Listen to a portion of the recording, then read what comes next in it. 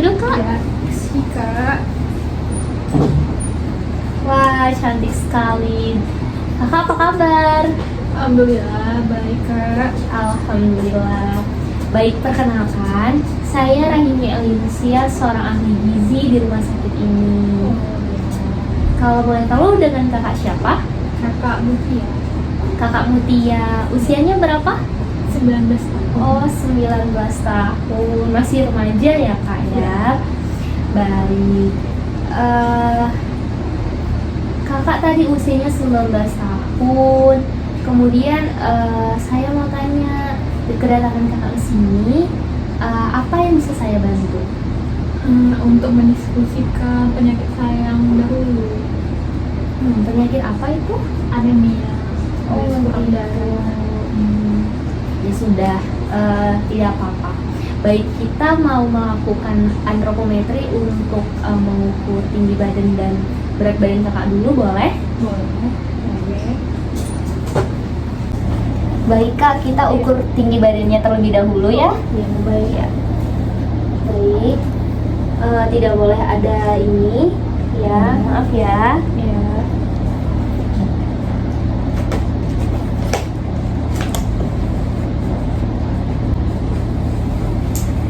Maaf ya kak. Ya.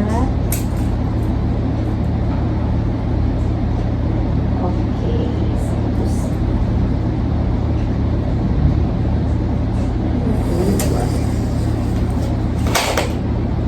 Sekali lagi ya kak. Ya, baik.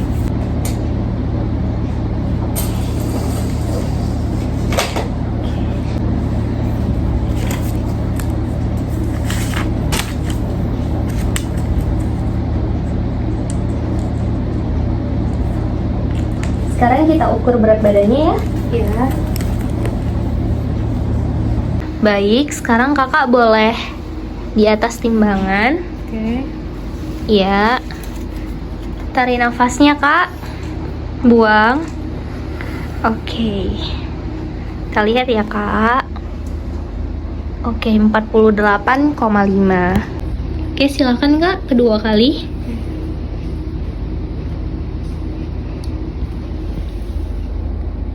Oke, sama ya kak. Baik kak, tadi kan kita sudah melakukan pengukuran tinggi badan dan berat badan Ya. untuk awal dari kakak ya. Iya. Nah, jadi didapatkan tadi tinggi badan kakak 153 cm dan berat badan kakak itu 48,5. Nah, jadi menurut IMT berdasarkan Kemenkes, kakak itu masih tergolong normal ya kak. Baik. Jadi tadi kakak bilang kakak datang ke sini untuk mendiskusikan kepada saya tentang penyakit kakak dahulu, yaitu anemia, betul? Betul sekali. Nah, kalau saya boleh tahu, itu kapan ya kakak terkena anemia? Tahun berapa? Berapa tahun yang lalu kira-kira? Ketika saya SMP, kelas 1 SMP, Oh, kelas 1 SMP. Sekarang kakak sudah 19 tahun. sudah tamat sekolah ya kak, atau masih SMA? Sudah tamat sekolah. Berarti beberapa tahun yang lalu ya kak Iya. ya. Baik. Nah kak, apakah kakak sebelumnya sudah melakukan pengecekan ke dokter tentang penyakit kakak tersebut? Saya sudah ke klinik, terus didiagnosa anemia, kekurangan darah. Kalau saya boleh tahu, apakah kakak diberikan surat rujukannya tentang informasi tentang penyakit kakak? Enggak, karena saya berobatnya di klinik, jadi tidak ada surat rujukan atau surat keterangan seperti itu. Oh, jadi tidak ada ya kak ya? Iya, tidak ada. Tapi kakak diberitahu bahwa kakak terkena anemia oleh dokter tersebut. Iya, benar. Apakah dokter tersebut memberitahu HB kakak berapa atau hemoglobin kakak? Tidak sih. Tidak ya Sepertinya. kak ya, baik. Iya. Jadi begini kak, kakak kan datang kepada saya seorang ahli gizi. Nah, Ya. jadi di sini saya akan membantu kakak untuk menangani tadi kan berat badan IMT kakak dikatakan normal. Jadi di sini saya akan membantu kakak untuk mempertahankan berat badan ideal dan mempertahankan status gizi normal kakak. Dan juga saya di sini akan membantu asupan dari yang kakak konsumsi itu untuk menjadi lebih baik, begitu ya kak ya. Ya. Nah, saya beritahu konsultasi kita pada hari ini akan berlangsung sekitar kurang lebih 15 menit. Apakah kakak bersedia? Bersedia. Baik kak. Lalu kak, saya mau tanya nih, untuk efek yang ada di diri kakak waktu kakak masih SMP hingga saat ini gitu ya kak ya, apakah masih ada dulu efek yang dulu terjadi di kakak hingga saat ini? Untuk sekarang efeknya tidak ada sih. Waktu SMP saya itu aja. Waktu SMP Iya. saja. Berarti dulu efeknya itu seperti apa kak? Pusing kepala, terus tidak enak badan, sama muka tuh pucat kuning gitu. Mukanya kuning ya kak ya? Iya. Tapi efek tersebut yang muka kuning tadi tidak terjadi pada saat ini? Tidak pernah lagi. Apa kalau untuk pusing begitu kak? Kalau pusing sih masih, itu mungkin karena kecapean aja sih. Kalau pusing masih ya kak ya? Iya. Tapi kakak tetap merasa kayak misalnya nih ada kakak kegiatan yang lebih dominan di hari-hari sebelumnya, apakah kakak merasa ada sedikit kelelahan atau kayaknya aku hari ini udah lelah gitu, kayak ngerasa nggak bisa capek-capek gitu? Apakah kakak merasakan itu hingga saat ini? Merasakan sih, kalau ada kerjaannya lebih banyak dan berat, merasa lebih capek, mudah lelah, seperti itu sih. Nah, untuk aktivitas kakak sendiri sehari-hari, apa saja ya kak kalau saya boleh tahu? Karena pekerjaan saya mengajar, jadi saya mengajar murid-murid saya itu ya dengan waktu yang normal sih, 3 atau 5 jam dalam sehari. Itu kakak hanya duduk mengajar tadi Iya, ya? mengajar. Baik, untuk aktivitas seperti mengepel, masak, atau yang lainnya, apakah kakak melakukan di rumah? Melakukan, memasak, mengepel, menyapu rumah, seperti kerjaan rumah biasa aja. Itu kakak merasa seperti sudah lelah ya kak ketika sudah melakukan hal tersebut? Iya, seperti itu. Namun ketika kakak sudah merasa seperti itu, langkah apa yang kakak lakukan untuk meminimalisir terjadinya kakak tadi semakin capek gitu atau ngos-ngosan nih ya kak ya bisa dibilang? Istirahat sejenak, banyak minum air putih, ya nanti lanjutin lagi gitu. Istirahat sejenak ya kak ya. Iya. Di situ setelah itu kakak merasa lebih baik. Lebih baik. Nah, tadi saya sudah menanyakan aktivitas fisik yang kakak lakukan. Ya. Sekarang latihan fisik ya kak ya, karena berbeda antara aktivitas fisik dengan latihan fisik itu sendiri. Nah, saya jelaskan sedikit. Kalau aktivitas fisik tadi seperti kakak mengerjakan pekerjaan rumah, mengepel, menyapu, kemudian kakak menonton TV, memasak, mengajar, itu merupakan aktivitas fisik sehari-hari.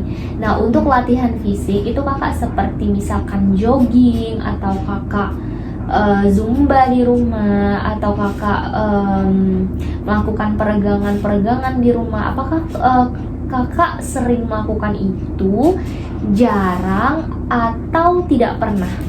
Tidak sering, tapi dalam sebulan pasti ada jogging. Pasti ada latihan fisik. Iya, pasti. Untuk frekuensinya sendiri bagaimana?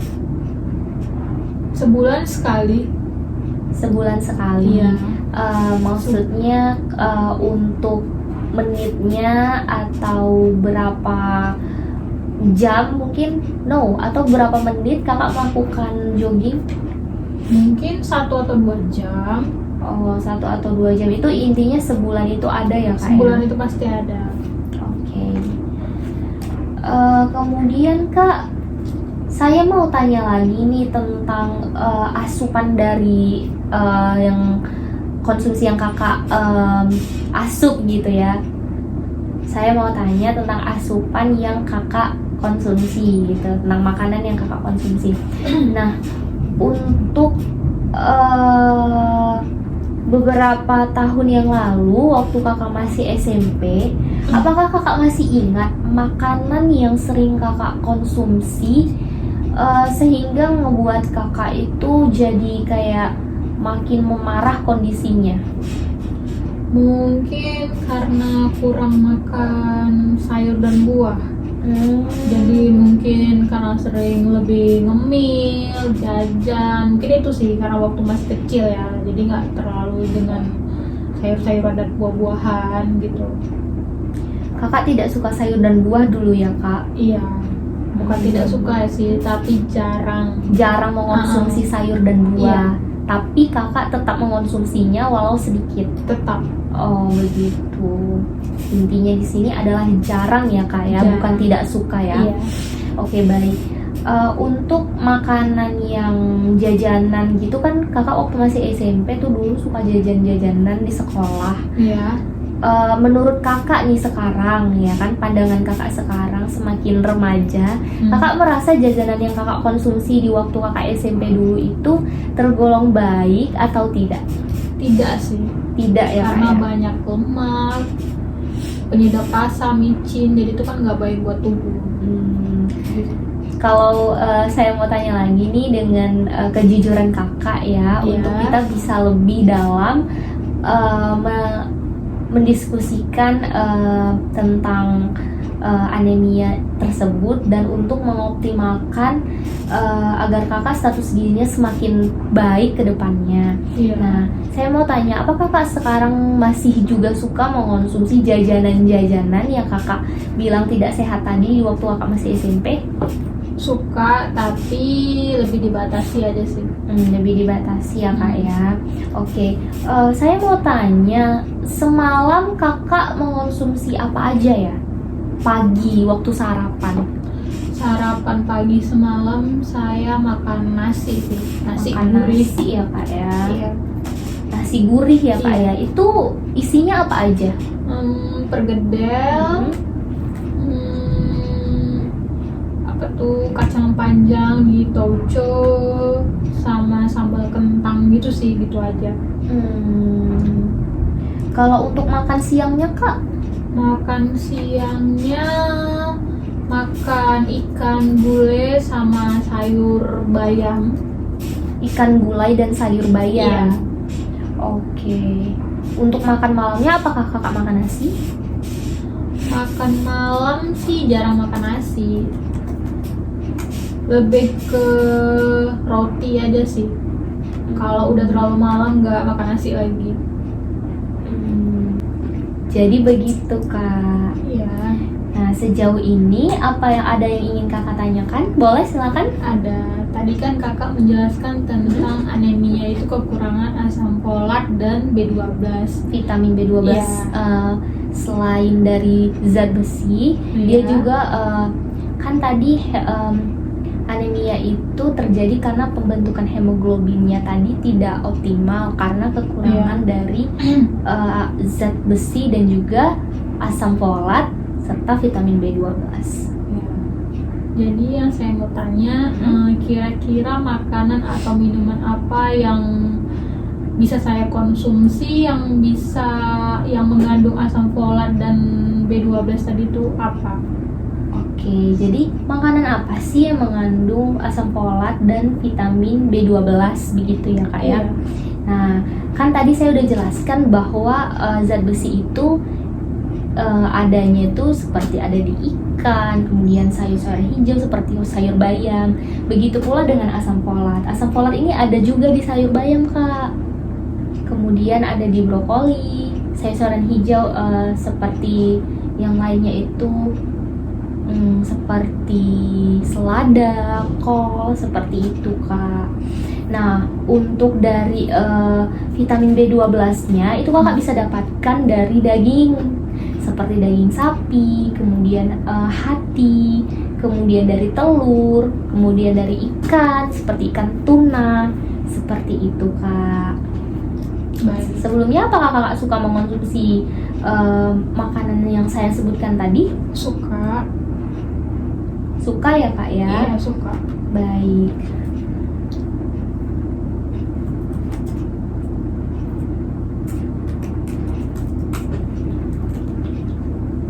Nah, untuk dari asam folat yang terkandung dalam hewani itu Kakak bisa dapatkan dari hidangan laut juga. Bisa Kakak dapatkan dari daging merah, hati sapi, kemudian daging unggas, telur, seperti itu Kak.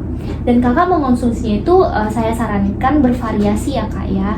Misalkan hari ini Kakak konsumsi telur, kemudian sayur bayam, kemudian lauk hewaninya Kakak bisa konsumsi seperti daging. Nah, untuk besoknya Kakak konsumsi yang lain seperti ikan, kemudian sayurnya diganti dengan brokoli, kemudian untuk nabatinya dari tahu atau tempe, seperti itu Kak. Baik. Apakah Kakak paham? Paham? Paham ya Kak ya? Iya, paham. Saya doakan semoga Kakak sehat-sehat selalu ya Kak ya. Amin. Baik. Tadi Kakak, saya belum tahu nih, Kakak suku apa? Aceh. Suku Aceh. Mix Padang. Oh, campur Padang. Iya. Baik, kita sama loh Kak, saya juga Padang. Jadi Kakak sekarang ini kegiatannya apa? Mengajar. Hanya mengajar? Iya, untuk sekarang itu. Semangat terus ya Kak ya. Saya yakin Kakak pasti bisa sehat selalu. Masya Allah. Semoga Kakak bisa menerapkan apa yang sudah saya sampaikan tadi ya Kak ya. Baik. Dan semoga konsultasi kita pada hari ini, konseling kita pada hari ini itu tidak sia-sia. Iya. Semoga Kakak bisa menerapkannya di kehidupan Kakak sehari-hari. Karena gimana pun itu Kakak kan masih remaja nih. Nah, Kakak itu juga pasti nanti bakal masuk ke awal dewasa hingga Kakak menjadi kodratnya kita sebagai perempuan menjadi seorang ibu. Kakak harus sehat agar nanti Kakak bisa membina sebuah rumah tangga menjadi happy dan Amin. sehat. Anak-anaknya juga sehat ya Kak ya. Amin, amin. Baik Kak, itu aja mungkin ya Kak pada hari ini. Semoga Kakak bisa komitmen. Nanti Kakak bisa datang lagi ke sini kalau Kakak masih merasa diri Kakak kurang nih, ada sesuatu yang kurang, Kakak bisa banget datang ke sini lagi. Atau Kakak bisa hubungin nomor telepon saya ada di depan pintu Kak. Oh iya. Iya, begitu ya Kak ya. Iya. Apakah ada yang mau Kakak sampaikan lagi? Tidak ada sih. Sudah cukup? Sudah cukup. Semoga sehat selalu Iya. ya Kak ya. Terima kasih Kak. Iya Kak Mutia, hati-hati di jalan ya Kak. Iya, terima kasih. Sama-sama.